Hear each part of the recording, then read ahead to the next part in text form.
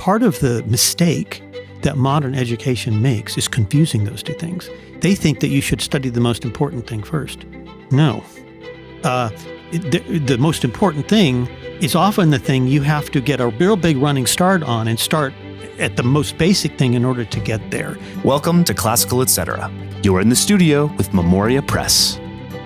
Hello, and welcome to another episode of Classical Etc. We are the Core Four today. Welcome back, everybody. We're in the dead of winter, so hopefully we can find some warmth here on the podcast. How's everybody doing?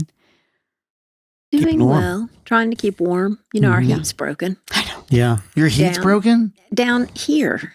Oh, here. Yes. The heat in the studio, yes, is broken. No, the heat on the ground floor where my office is broken. Well, also the basement. Yeah. I didn't know the basement ever had and heat. it's not terribly hot at my desk sitting next to Paul because I can't get heat. You do have heat. He gave away his space heaters. All my space heaters. Oh, no. Did he give away your space heater? No. Oh, okay, good. We have one between, so I'm not going to let it. the lady get cold, We right? share it. So we, Oh, please. yeah, Please, the lady. I'll take that. But we put another one on the breaker, and it trips the breaker. So Yeah.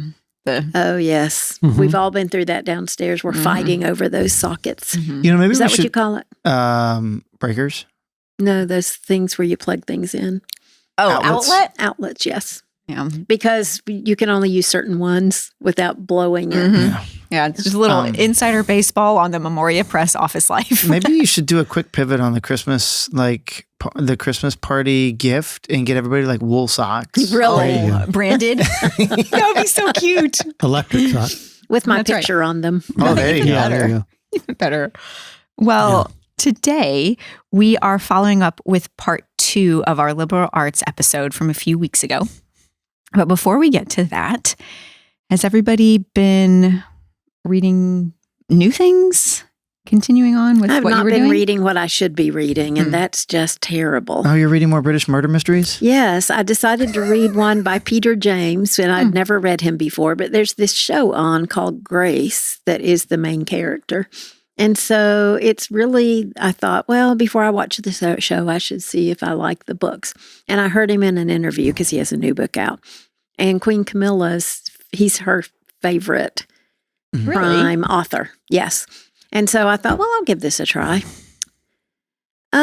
It's a very good plot, very fast moving, a little bit of misogyny in there that irritates me. But I mean, I wouldn't highly recommend it at this point. He's no Agatha Christie, but it's okay. But I need to read Martin keeps giving me Christmas stories. Oh. And that I need to read to see if we would like to publish them. And I need to be reading Against the Machine, which I haven't started. And I should be reading Hamlet, which I haven't started. So I just need to put Peter James down and get business. Get busy. I need to get busy. And your book. Yes. But I'm going to read Hamlet first, and then I'm going to read Hamnet. Oh, okay. Okay. I always go for the old and then the modern. Yeah, that makes sense. Martin? Well, I'm almost finished with the Paul Kingsnorth book, which I should Against the Machine, which is really, really good.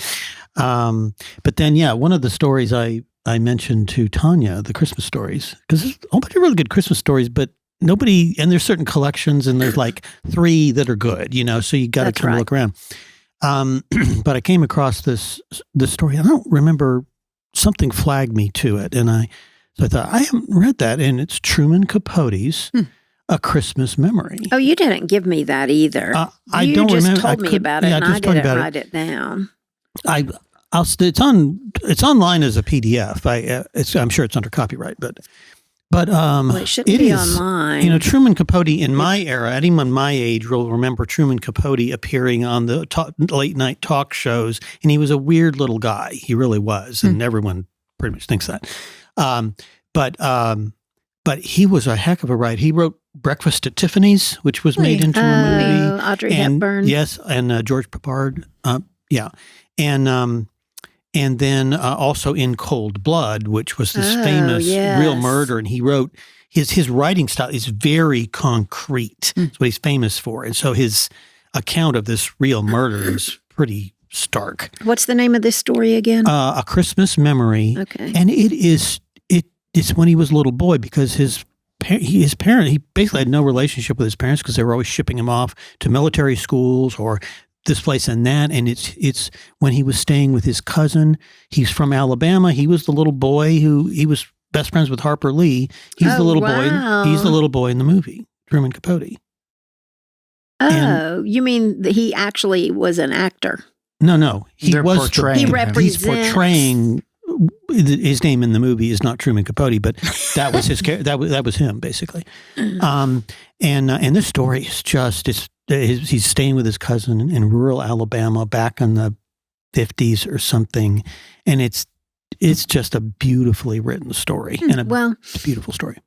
If Martin sends me enough and they would make a little collection, it would be nice to have a little collection Christmas. of, we can name it Martin's favorite Christmas stories. There you go. I like that. The people love lists, so we could make Put a his list. picture on the cover That's right. with There, a Santa Claus hat. Jingle bells. Now I'm starting to like this idea. Now I'm starting not to like this. Paul, what are you reading? Not much at all. Yeah.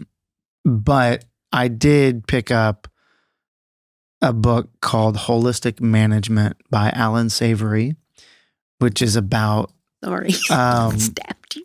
which is about it's kind of billed as a decision-making book, like one that helps you think about the whole picture before you make a decision, but it's specifically in agricultural context. So I'm curious. The author spent his entire life trying to revitalize the Africans like where the desertification's happening. Mm-hmm. And so he's like, you have to make decisions not only based on what's going to bring you profit, but what's going to sustain the land, what's going to help the community, what's going to help the animals. And when you take all that into consideration, then there's actually flourishing. Mm-hmm. And so I don't know if it has any applicability to most of our audience, but it might. They say that it's in an agricultural context, but it helps you think about sort of all decision making, but I haven't gotten far enough to know. But it's interesting. That does affect all of us, though. It does. It does. You all do need to eat. Yes, we do need to eat good food. Mm-hmm. And it seems like in farm life, there's just such an interconnectedness. Mm-hmm. So there's like a constellation of things that are affected by any one decision you make. And Yes. that makes sense. Yes. And you don't know what that's going to be. Right. Yeah.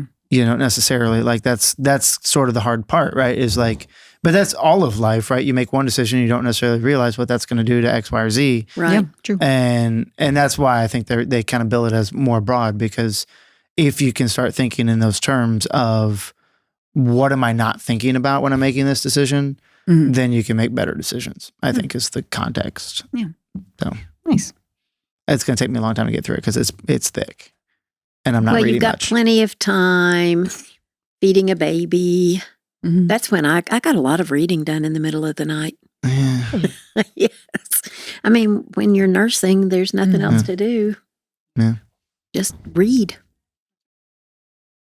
Well, our listener question today is from Rick. And for a little context, we've heard from Rick before. Rick actually helped us have an idea for an episode we put out recently. We did an episode on the 12 great Christian novels, or Martin's list of 12 great Christian novels. Rick wrote us on the podcast email and said, how about 12 more? We did an episode on 12 more, and Rick wrote us with a few suggestions, and one that I think is particularly interesting. Rick says, thanks for answering my request. He says he started East of Eden and that it was brutal, which I agree, Rick. And then he says, here are a couple more. Until Samuel was introduced. That's right. Yes. A couple more that we should consider from Rick. Dr. Jekyll and Mr. Hyde. Good one. Nicholas Nickleby. Oh, I need to reread that. I've never read I that. should put that on my list. The Old Man and the Sea. He I've says, read that since college. virtue and patience. Yeah.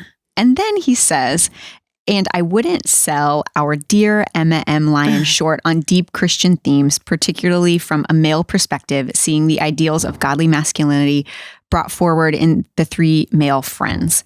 And I couldn't agree more. I didn't think about it that way. Also, but yes. the priest, the tenant, and what's her friend's Lord name? Islington, yes. And they are all, there's no misogyny in that book. There really isn't. No, they are all very respectful, very caring, kind men. But they're all different personalities, which makes it really interesting too, because you have to figure out which one will she end up with. Right. I'm only on book 3, so don't tell me. But we don't know yet. Oh, you don't know yet? We may not know forever and ever. No, it just keeps on going. Okay. 8 books later, we still don't know.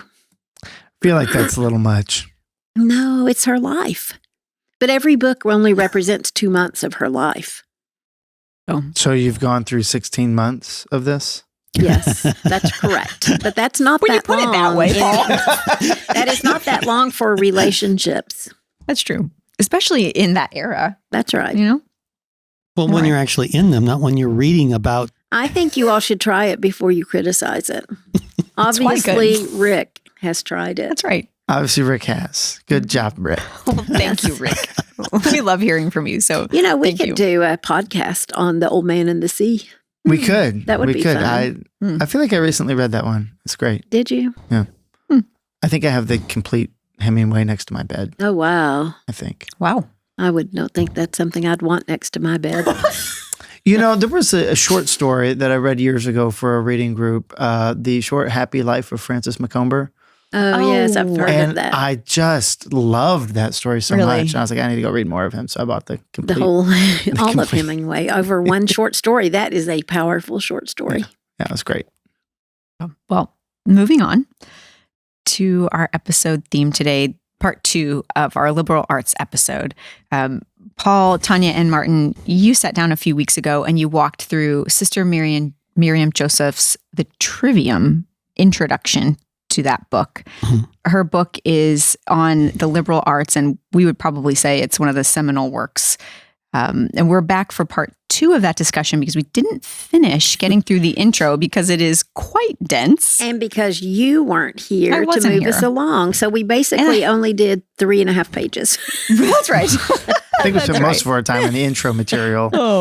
We really commend this book to you, The Trivium. And we think it lays out one of the clearest explanations of how the liberal arts work. The intro is what we're covering because it's really a mini roadmap, I think. Well, I mean, this is in my Introduction to Classical Education class for memoriacollege.org.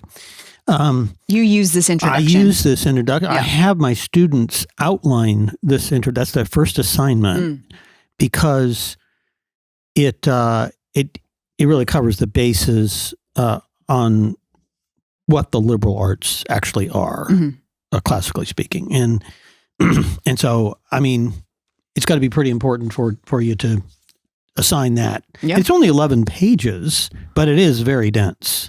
Are all those triangles on the words, do they actually represent the trivium? No.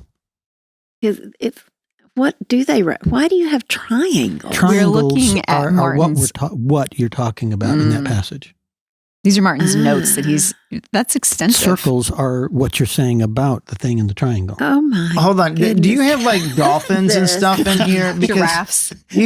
When we talked about like note taking and marking books, you talked about like writing, like drawing giraffes and dolphins and stuff in the margins. Or I don't remember triangles. I don't think you ever talked about triangles. They're in the text. That's a different kind of book. He's got them on top of the text. Like, how would you even? The mind of Martin. Okay, we're talking about the quadrivium. I think we should put a square. So that should have been a square. Oh no, squares are not. Squares are first. I put a square around first. Second, I put a square around second. That's what squares are for. Okay, I think we should post a picture of what is going on here. Hold it up. Can you see it? This is crazy here. This is right here. What you're getting here is a little piece of Martin Cothran's mind and the way it works. So, okay. You got the other thing you got to understand is that I've taught that class probably 20 times. So this is 20 times I've read through this. So this is the markings of 20 times reading this book. So you also have to understand that. Yeah. Well, we will put part 1, the first couple pages of the introduction that you discussed. We'll put the link to that episode in the show notes because you really don't want to miss that. Or this one won't really, make sense. Jessica? Well, yeah. And frankly, what I'll say before we get into this is that the markings, I think, show us that this is quite an ascent intellectually. And I consider myself, as I told you, the intellectual caboose of this group. This was hard for me to understand. I read it several times and it's quite philosophical, quite dense. Yeah. And I felt that it's not always as linear as most of the things I read when I want to understand something. So if you listeners attempt to read this, I would say keep going, keep pressing on, because it does, at least for me, it was a good stretch. And you could keep going. Outlining it is really a great idea. I totally agree. To bring it down to and marking it with triangles and squares. I don't know about the triangles. That's just a fast track to comprehension. Well, we left off, for us, it would be page 7 of the introduction, during probably the middle of the page, where Sister Miriam is describing the individual arts of education come together to form the whole picture or help a student organize their mind. And she goes on to explain the parts of the trivium and the quadrivium. And I thought we could start there and talk about what those parts are and how the groups work together. That's at the bottom of page 7. So she says, the trivium in and of itself is a tool or a skill and has become associated with particular subjects. Well, and I think this is interesting because this is the struggle that Tanya's had over the past 15 years of piecing apart liberal arts as understood in the Middle Ages and Renaissance versus liberal arts as understood today. Tanya went to a liberal arts school, but she did not get the medieval liberal arts. That's right. And so what Sister Miriam Joseph here is pointing out is that even though properly speaking, sort of from the medieval perspective, the liberal arts consists of grammar, logic, and rhetoric, it has become, her words has become associated with languages, oratory, literature, history, philosophy. And so that's sort of this evolution we get into the usage that we see in universities today. Yeah, the definition implicit in the expression when you hear it today is, and these are closely related, but is either the humanities. Sometimes people say liberal arts, they mean the humanities. That's what I think what we do mean in modern terms. Or just a general education. Like a liberal arts college, when they're using it in that context, that just means you're getting a general education. Right, it's not specialized or because even those liberal arts colleges, they're going to require work in the quadrivium as well. They're going to require basic math and science courses. And that's what she says, the quadrivium is not only mathematics, but many branches of science, that, and it includes the algebra, the calculus, physics, chemistry, all that kind of stuff, which is not, properly speaking, in the quadrivium. But you're right. I mean, that's the idea of general education. Yeah. Whereas here she means it in the sense of specific intellectual skills of language and mathematics. That's the older definition of it. Got it. Before we keep going, you skipped something on the first paragraph that I wanted to mention. I think the first paragraph is amazing. Go for it. So, Tanya, what do you want to talk? You can go right ahead. Well, the one thing I basically highlighted most of it. I know. I mean, I thought that it was important that she says that education is imposing forms on the mind. That is worth unpacking, but it's clear what she's talking about when she contrasts it with carpentry imposing form on matter. Right. So you take that piece of wood, you form it into what you want.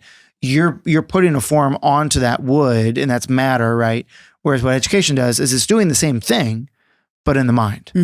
And she places education then as the highest as the arts.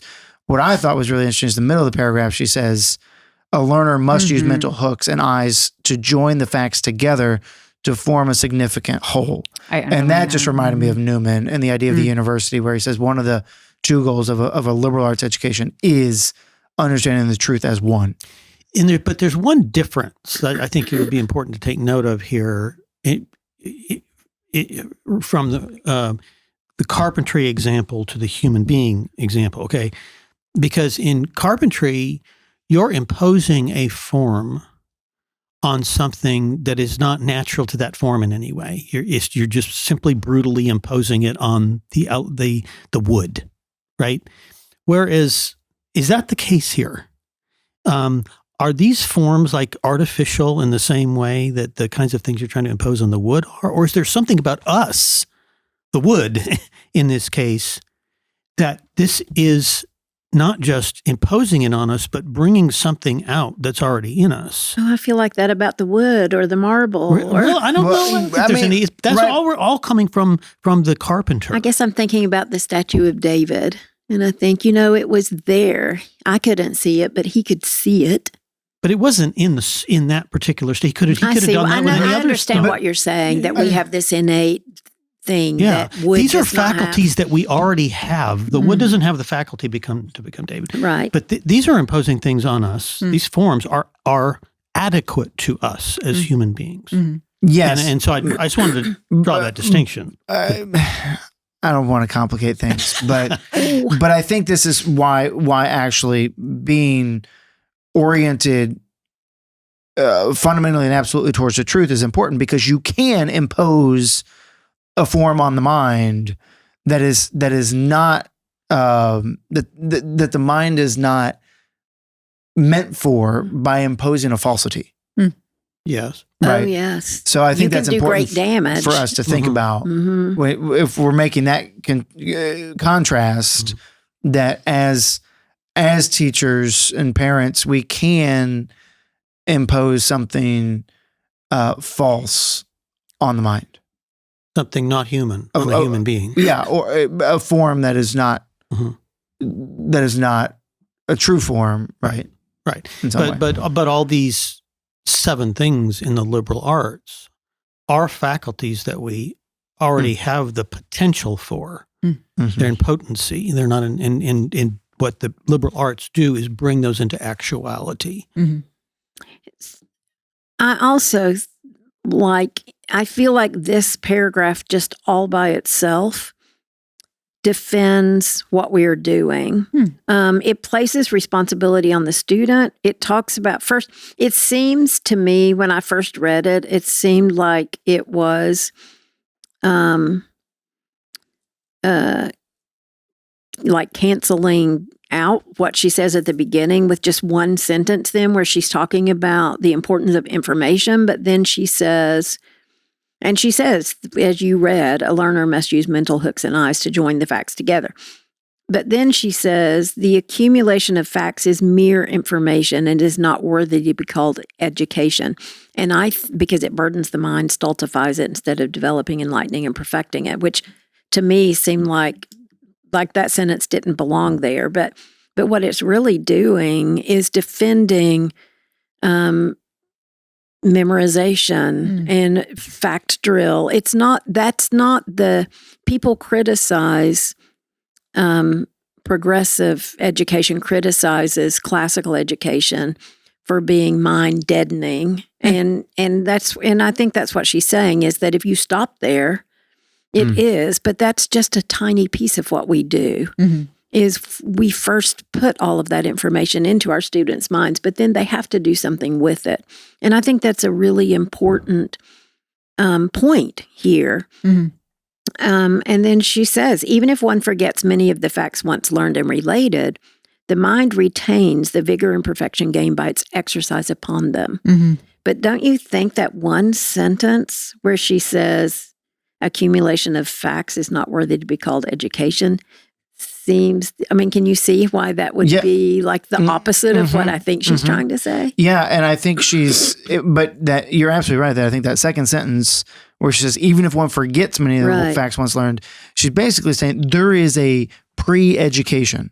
there is something to be done that where for you to acquire those facts, for you to memorize those things, that is not education, but it's necessary for education, because then what you have to do is grapple with the facts and ideas. And that is what education is. That's how you learn the liberal arts, Right. is by using that information that you've acquired and grappling with it. Yes. And a few pages later, she talks about phonics, spelling, and all of that. And they're prerequisites, but they're not part of the trivium. They're not some of the things she lists as part of the trivium or the quadrivium, but you have to have them to start to understand. And then you're building that foundation. So you do have something to work with when you do get to where you can logically start thinking about the facts that you've learned and what they mean. Yeah, education is an investigation into reality, and you have to have tools to investigate. And this is part of the development of the tools. On page 8, kind of in the middle, she talks about the 3 R's. And Martin and I were talking about this yesterday. She lists the 3 R's as reading, writing, and reckoning. She says they constitute the core of not only elementary education, but also higher education. And my comment to Jess was, well, I always wondered, we call it the 3 R's, but it's reading, writing, and arithmetic. That's an A. It's 2 R's and an A. Where does the R come from? I asked my dad that one time, and he said, because the older way of saying that was reading, writing, and reckoning.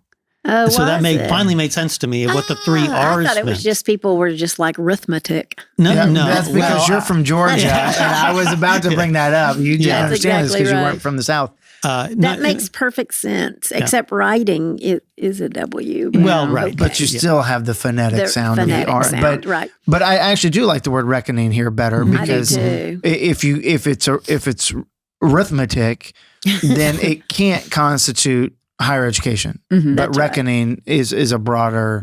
And she says, I think what she's drawing on is the next sentence. She talks about competence in language and competence in abstractions, which is what you're talking about. Higher education is just greater ascent, the abstract thought. And she says they're particularly mathematical quantities. And that really, I mean, if you think about it, right, in the progression of a child's education, when we're talking about language, and whether it's literature or we're using literature or history or whatever it is for progression in language, all of that's very concrete, right? And it's the work in mathematics that things start to get abstract, right? We have to help them understand what addition is by showing them, 2 apples and 2 apples, and those make 4 apples. But we very quickly move out of that into, therefore 2 plus 2 equals 4. And that is an abstraction, and that is a preparation for them to be able to think outside of the concrete. And that's the whole progression of education, is from the concrete to the abstract. It's by the concrete that we have to understand the abstract. Yeah. And so the abstractions of philosophy are prepared for, I mean, you need language to be able to do that, but you're prepared for that through your mathematical work early on.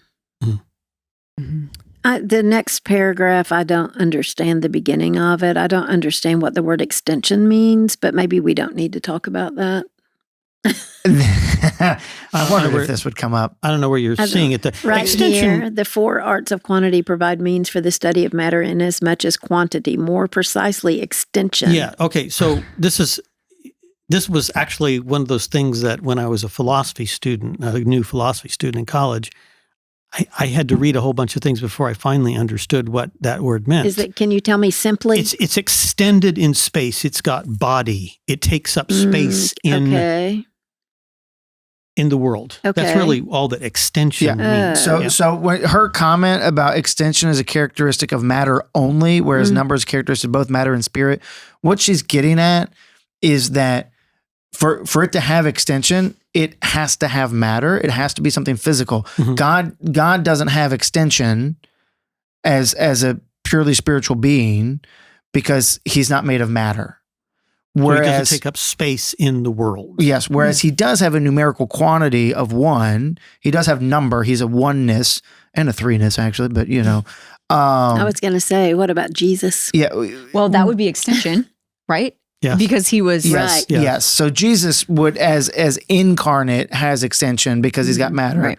But but, or if you were to take angels, right? Like an angel doesn't have extension, but they do have quantity because there's one of them, right? Mm-hmm. Or there's multiple angels, right? Right. So that's why she's trying to use quantity because that word is more understood than extension, but she's trying to make this philosophical distinction of saying, I really know that when I'm talking about quantity here, I'm really talking about extension because we're dealing with the physical world. Okay. Yep. I just had never heard that before and I didn't understand. Yeah. But her point here, right, is that education, and I love this, the function of the Trivium is the training of the mind for the study of matter and spirit, which together constitute the sum of reality. So that's what she's driving at, is that the mind is capable of understanding both matter and form, right? And that's what the liberal arts are trying to train it to do, is to be able to understand both of those separately and together as manifested in reality. Mm-hmm. Yeah, that makes sense to me. Mm-hmm. Yeah, I liked the end of that paragraph too. It was a really beautiful way to end that. She says, the fruit of education is culture, with which Matthew Arnold defined as the knowledge of ourselves and the world in the sweetness and light of Christian culture, which adds to the knowledge of the world and ourselves, the knowledge of God and of other spirits. We are enabled truly to see life steadily and see it whole. I thought that was really beautiful. Yeah. Then she moves on to define the 3 arts of language and arts of quantity. That's at the bottom of page 8, right? Yeah, the 3 arts can be defined as they relate to reality and to each other. What is she talking about there? You're talking about specifically reality and to each other. I mean, because I was sitting here looking at the top of page 9. Right, yeah. Where she does lay these things out. The 3 language arts, what are they? She's doing it in a different order than we often hear it, but logic, grammar, and rhetoric. And she defines logic as being concerned with the thing as it is known. Grammar, concerned with the thing as it is symbolized in actual written language. And rhetoric, concerned with the thing as it is communicated, as it's used in talking with somebody else, for example. And that's not, the other thing about this book is, I had read all this stuff on classical education and on the Trivium and all this stuff, and I had never seen it quite stated that way. It didn't mess me up in any way, but that is a different way of saying what the Trivium is than you will often hear. But I think it's correct. So why does she start it with metaphysics? Because, I mean, her point there is that the metaphysics, or the science of being, so learning what reality is concerned with what exists. So she says, we're actually starting not from what's in our head, which is very Cartesian. That's what Descartes was all about. We're going to start with what's in our head. Whereas Sister Miriam here is saying, no, because she's Aristotelian Platonic in her approach. No, we start with the thing outside of us. And that's why she's starting with logic. We're starting with the thing as it's known. We see an apple. We have a concept of apple before we put the name apple on it. Right. And so that knowing of the thing, of the piece of fruit, is a logical operation. And that's the first step. And that's the first step in our order of knowing to communicating, right? So we first know the thing, then we have to symbolize it, right? Which is where she's saying grammar, which is the word apple. And then we have to communicate that, which is where then we're using rhetoric to do that to another person, right? And so the very act of the baby, going apple is really, that baby is doing all 3 things. It's understanding what the thing is, understanding the symbol word that that symbolizes that thing to other people and then communicating that to the parent, like that's what I want, right? Okay, now bring that back to metaphysics. So metaphysics is just the body of knowledge of knowing what is, right? Which encompasses all of this. Yeah, it's fundamental to it all, right? So if you accept a metaphysics that says nothing really is other than its parts, right? So atomists would say the apple doesn't actually exist. It's just a bunch of atoms together, and we are ascribing to it the idea of apple. That's a different metaphysic, which is going to change the way you're going to learn, right? The way you want to educate your child. Whereas what Sister Miriam Joseph is pointing out here is, if we take the position that that thing exists apart from us, without us, it will exist, and even apart in a way from what it's made up of. Right, that's right. There's a form to that thing that is beyond just the matter of it, and that form defines the thing, right? And so that's going to change the way we want to educate human beings. Yeah, it just underscores for me how much she's dealing with language from a metaphysical perspective in this whole thing, right? We think of language, we just use it as a tool, and we don't think about how we're using it. So what she's doing is reflecting back on this tool that we use all the time and trying to show us the metaphysical order of it. How what we do every day and don't think about it, how that relates to the cosmos. So this is a very, we say dense. I think what we mean by that is it's very philosophical. Sure. And she does, like the quote you read from Matthew Arnold, she's trying to tie it to the faith loosely, right? But I think, she could use all of this paired with the prologue of the Gospel of John, and it would you would start to see how this kind of education is fully consistent with the incarnation and Christian revelation, because we're studying He who is, and who is the Word. I mean, Logos. Yeah. This is the very name of Christ, and it's a metaphysical name, sort of. There was a real John 1 coming through in that quote that I read. Oh, definitely. She goes on to say, rhetoric is the master art of the trivium. What does she mean by that? Well, I think what she means by it, what does a master do? A master leads, right? And I think what she's saying is that logic and grammar feed into the main goal of language, which is to communicate, obviously, right?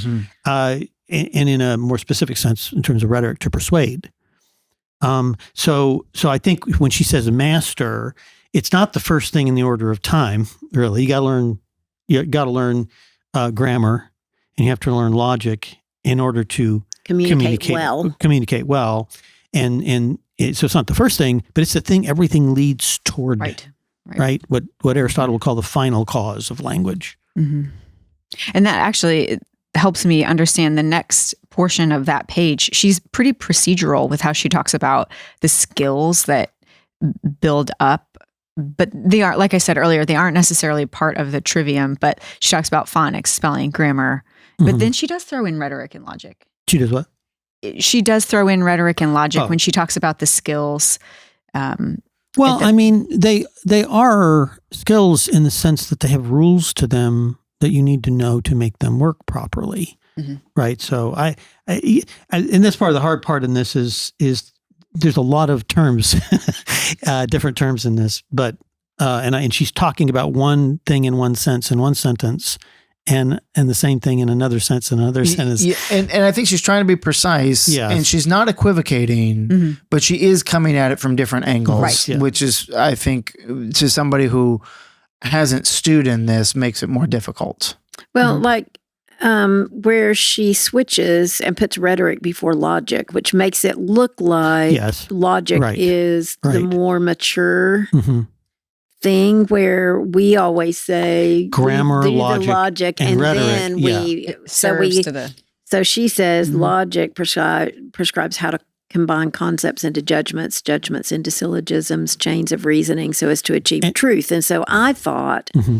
that then we would take that and be able to communicate that once we've done it. But her definition of rhetoric is much simpler than that. Well, and it's she is literally using just being a good writer. There's two ways you can talk about the priority of something. The order of knowledge and the order of learning. Okay, the order of knowledge is what's the most important thing. Well, that's what you put first. Maybe instead of knowledge, use reality, because that's what she says when she was talking about metaphysics. She says this is language with regards to reality. Yeah. Right. Right. And that's why rhetoric's on the Above logic, the top. Right. Logic is the first thing. Mm-hmm. Right. Up here, but down here, Right. it's the last thing. So this is a very important thing in terms of learning, especially at the lower level, is this distinction between the order of, I use the order of knowledge, that's the way I've always used it, order of knowledge and the order of learning, because part of the mistake that modern education makes is confusing those two things. They think that you should study the most important thing first. No. The most important thing is often the thing you have to get a real big running start on and start at the most basic thing in order to get there. Mm-hmm. You can't what's the most important thing in education? Well, here he's saying rhetoric, but if you took just education, trying to say philosophy, maybe would be the most important thing. But that's not the first thing you do with a kindergartner or a first grader. That violates the order of learning. The order of learning is opposite of the order of importance, the order of reality, the order of knowledge. And that's really this diagram, which is labeled 1-3 language arts, their materials and functions. She starts with phonetics, right? Mm-hmm. That's the first thing you have to do. This is your order of learning. Mm-hmm. This is the first thing you have to do is you have to figure out phonetics. Then you got to figure out spelling. Then you got to figure out grammar. Mm-hmm. Then you have to figure out rhetoric, which with rhetoric, there's going to be at some point, this isn't discrete. We got to do step 1 to get to step 2, right? Mm-hmm. Rhetoric is just being able to form that paragraph in a beautiful way. That is a part of rhetoric. Mm. Later on, when you've mastered the art of logic, you're going to actually use some of those logic skills in rhetoric. And then your rhetoric becomes more complicated. Mm-hmm. It becomes more mature. And presumably more effective. Right. Yeah. Mm-hmm. Yeah, because if you looked at rhetoric, logic is one of the 3 parts of rhetoric, right? Mm-hmm. So in a way, logic precedes rhetoric in the order of learning. Mm-hmm. But you can learn rhetoric in a more simple way that doesn't involve an advanced knowledge of the kind of thing you're going to learn in a logic course. So we're actually teaching rhetoric when we teach students first we teach them to form a sentence, but when we then start teaching them to put those sentences into paragraphs in the fable stage in 4th grade, what we're doing is we are doing rhetoric, even though we say rhetoric is at the end. Yes. I mean, the classical composition program based on the Protium Nosmata, the Protium Nosmata were rhetorical exercises, right? And so that's really, that's what they're doing. They're practicing rhetoric. From when they're young. But it's very simple. It's retelling a fable. It's not, it doesn't require these skills of logic. Yeah. And that's what she says right below that. Rhetoric aims for effectiveness rather than correctness. It deals not only with the paragraph and the whole composition, but also with the word in the sentence, and clear diction and all that kind of stuff. So, and I do think that's an important thing. That's one thing I've told customers, if they say, should I do logic or should I do rhetoric? So I don't want your child knowing rhetoric if they're not oriented towards the truth. Logic's important, right? So if you're having to make that decision, go for logic, because that's going to help them make sure that the reasoning they're doing is going to be focused on truth. And she concludes the introduction by talking about the 5 intellectual virtues. She lists them out. What are those, and why do you think she ends there? She says the 5 intellectual virtues are understanding, science, wisdom, prudence, and art. She describes each one, but why do you think she chose to end with that? Well, I think these are the things that we can practice, these virtues better, if we know these things about the language we use, right? All of these things in some way involve, the prerequisite is a knowledge of language. And if you ask what they were, I'm just looking at my little triangles here. Oh, helpful. Because they can help me to do this. You've got 5 of them. I've got 5 of them. I've got understanding. I've got science, wisdom, prudence, and art. And she has a Jessica just said without triangles. But saying it with triangles. Be done. Yes. That's the culmination. I thought it was interesting that she chose prudence. I wouldn't have I get understanding, science, wisdom.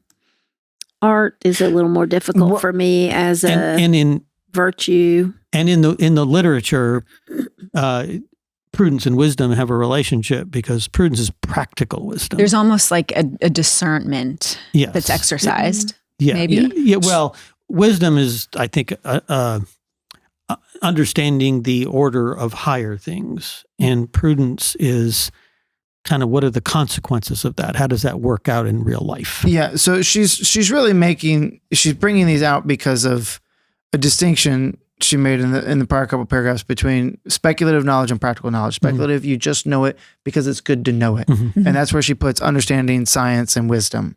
Things you want to know for their own sake. Right. And then the practical is the one that you have because you're going to have a use for it. And she actually says earlier, which I thought was very interesting because I normally would not have categorized it this way, that the arts of language are practical studies because they're normative.